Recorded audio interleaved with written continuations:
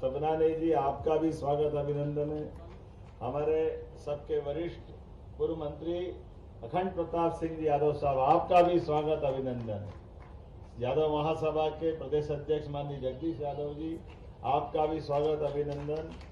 बीज निगम के पूर्व अध्यक्ष भोपाल के भाजपा प्रभारी माननीय महेंद्र सिंह जी यादव साहब, आपका भी स्वागत है।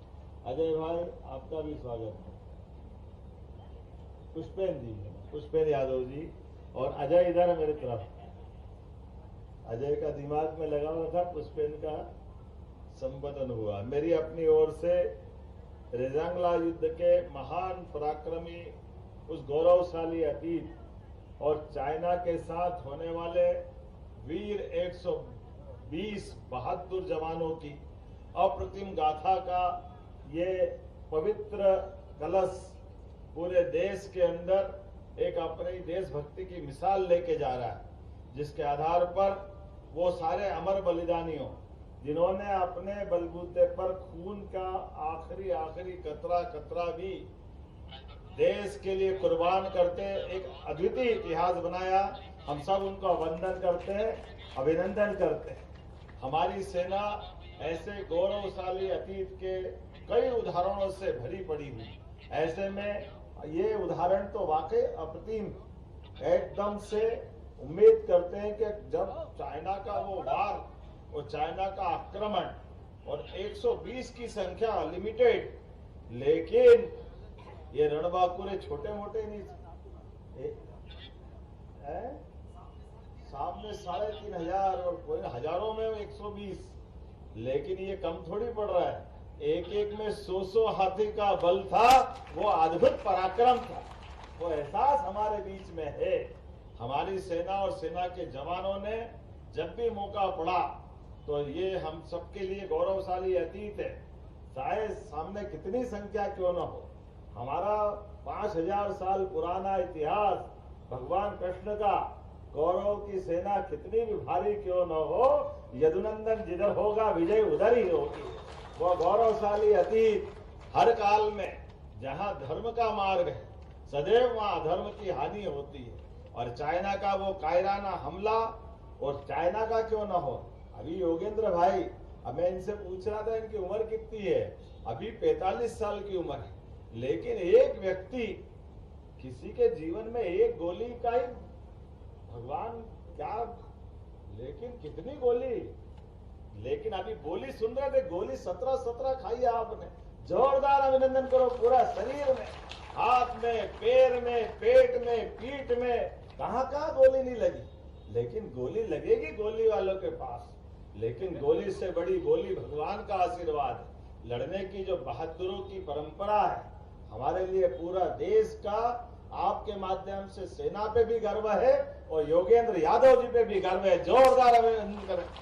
19 साल की अल्पायु में वो टाइगर हिल की लड़ाई, टाइगर हिल के ऊपर झंडा फहराने की घटना, और कायराना पाकिस्तान फौज ने जिस ढंग से आक्रमण किया था, एक एक प्रकार से ऐसा लग रहा था कि ये बाप रे क्या होगा, लेकिन उस सब में भी जो हिम्मत, हौसला, बुलंदी और हमारे अपने भारतीय सपूतों का अंदर का खोलता हुआ खून कि दुश्मन चाहे जितना भारी क्यों न हो, ये कालिया नाग पे नर्तन करने वाले लोगों की परंपरा वाले लोग हैं, जो उसके सिर पर क्या कठिनाइयों के बीच जाके मुस्कुराते हैं।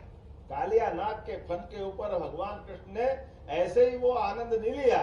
हम सबको मालूम कठिनाइयां तो आती है, लेकिन कठिनाइयों को पार करके ले जाए और कठिनाई में से मार्ग निकाले, इसी की तो आज हमारे बीच में लंबी परंपरा है।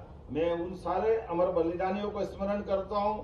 आज के इस अवसर पर मैं थोड़ा सा अपने बीच में से केवल इस बात को जरूर रखना चाहूंगा कि हमारा पूरा देश है और पराक्रम का एक गौरवशाली अतीत है। इस अतीत में ऐसे सारे हिस्सों में समाज के बीच में ये जागृति आना भी चाहिए, वो इतिहास से भी परिचित होना चाहिए, जिससे भविष्य में इन सारी बातों का सबक भी मिले। मैं उम्मीद करता हूं जो कोई पिक्चर बना रहा, मुझे मालूम नहीं कौन पिक्चर बना रहा है, लेकिन जो बनाए हमारी बात पहुंचा देना, आपकी भावना का भी सम्मान हो। और अगर पैसा कम पड़ रहा हो तो मध्य प्रदेश सरकार सब्सिडी देती है उनको अपनी तरफ से भी। हमारे लिए ऐसे गौरवशाली अतीत के लिए कोई परेशानी नहीं। विषय वस्तु के लिए तो बैठ के निराकरण कर लेंगे, क्या करना, कैसे जोड़ना, क्या छोड़ना, ये तो हम नहीं समझ सकते। लेकिन वो जो गौरवशाली अतीत है, उस गौरवशाली अतीत की सारी बातें आना चाहिए, उसमें कोई फर्क नहीं पड़ता है। जब मैं आज नाम देखता हूं तो महिला माउंट एवरेस्ट पे चढ़ने वाली कोई बहन है तो हमारे लिए गौरवशाली पक्ष है। संतोष यादव उसमें है जो एवरेस्ट में एक बार नहीं 2-2 बार चढ़ती है। टाइगर हिल का तो मैंने उल्लेख करा ही है, रजंगला का इतिहास है, महिला लोको पायलट सुरेखा यादव, ऐसे कई नाम में देखता हूं। लेकिन आज के इस अवसर पर हम सब इतने ही मानते हैं कि हजारों की भीड़ में भी जिस प्रकार से हम ये युद्ध जीत करके आए थे, सच में भारत माता की कोख धन्य हुई होगी। इसीलिए रामधारी सिंह दिनकर ने लिखा है, सूरमा नहीं विचलित होते, क्षण एक नहीं धीरज खोते, विघ्नों को गले लगाते और कांटों में राह बनाते। ये गौरवशाली अतीत के वो बहादुर और बहादुर है जिनके लिए पूरा देश सदैव नमन करता रहेगा, उनका स्मरण करता रहेगा। हमारी अपनी राज्य सरकार की ओर से भी उन बहादुर शहीदों को हमारा नमन, और एक बार फिर इस पूरी यात्रा के आयोजकों के प्रति भी मेरी शुभकामना भी है। और हमने ऐसे कई सारे ऐसे स्मारकों को भी, एक तरह से यहाँ शौर्य स्मारक भी है, अगर इससे जुड़ी हुई यहाँ की गाथाओं का कोई दृश्यांकन, फिल्मांकन की जरूरत होगी, आपसे मदद लेकर के उस बात को भी लाएंगे। फिल्म के बारे में मैंने पहले से ही कहा है, ऐसे कोई अच्छे अवसर जिससे हमारी भविष्य की पीढ़ी को सबक मिलता है और सबके अंदर देशभक्ति का ज्वार उठता है, ऐसे सारे अच्छे कामों का हमारा समर्थन सदैव रहता है। मेरी अपनी ओर से पुनः इस अच्छी यात्रा के प्रति शुभकामना, बधाई। मेरी अपनी ओर से पुनः एक बार परमवीर चक्र विजेता योगेंद्र यादव जी का अभिनंदन और पूरी टीम का अभिनंदन। बहुत बहुत धन्यवाद। भारत माता की। बहुत बहुत धन्यवाद माननीय मुख्यमंत्री जी, आपके ओजस्वी प्रेरणादायी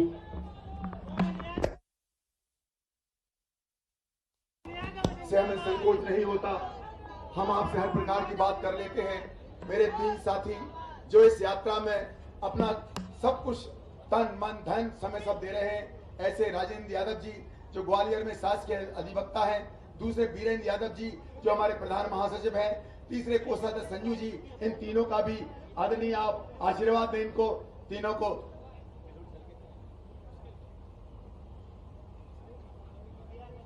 और इस उमेश यादव जी जो यहाँ के प्रभारी हैं, हमारे शेर सिंह यादव जी जो भोपाल के प्रभारी हैं, इस यात्रा के आदरणीय शेर सिंह यादव जी को भी आप लोग हमारे मुख्यमंत्री जी आशीर्वाद दें।